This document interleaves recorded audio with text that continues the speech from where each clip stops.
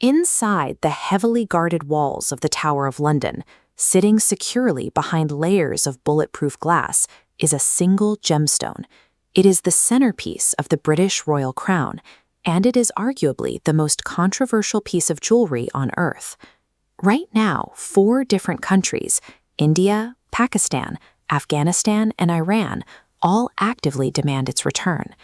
The British government's defense is always the same. They maintain that the diamond was acquired completely legally, secured through an official, binding treaty signed over a century ago.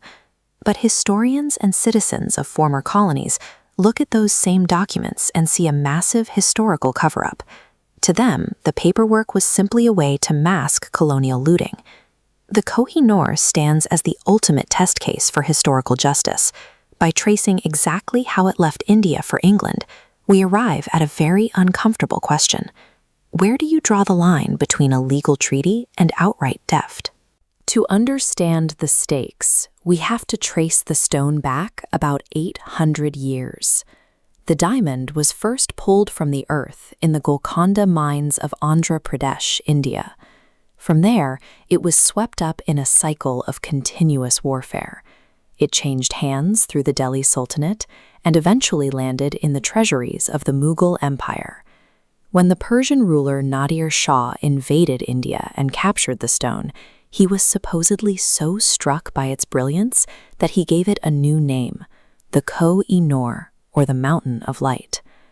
The Mountain of Light moved on to Afghan rulers before finally being brought back to India by the formidable Sikh leader, Maharaja Ranjit Singh. For 8 centuries, the Koh-i-Noor represented total, unquestioned dominance. Whoever held the stone held the absolute, blood-soaked proof of supremacy over the entire subcontinent. But when Maharaja Ranjit Singh died, his vast empire in the Punjab region fractured, and political instability immediately paralyzed the state. The British East India Company saw the vulnerability and mobilized. By 1849, their forces had invaded and swept through the weakened Punjab. They easily cornered Ranjit Singh's heir, but the new Maharaja, Dalip Singh, was not a seasoned military commander.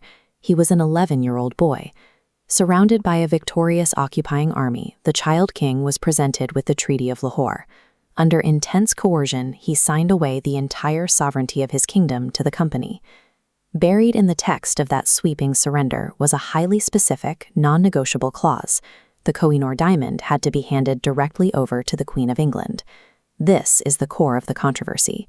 The British East India Company weaponized international law, using the formal framework of a treaty to legitimize taking exactly what they wanted from a terrified child. The next year, the diamond was loaded onto a ship and sailed to London, where it was presented to Queen Victoria.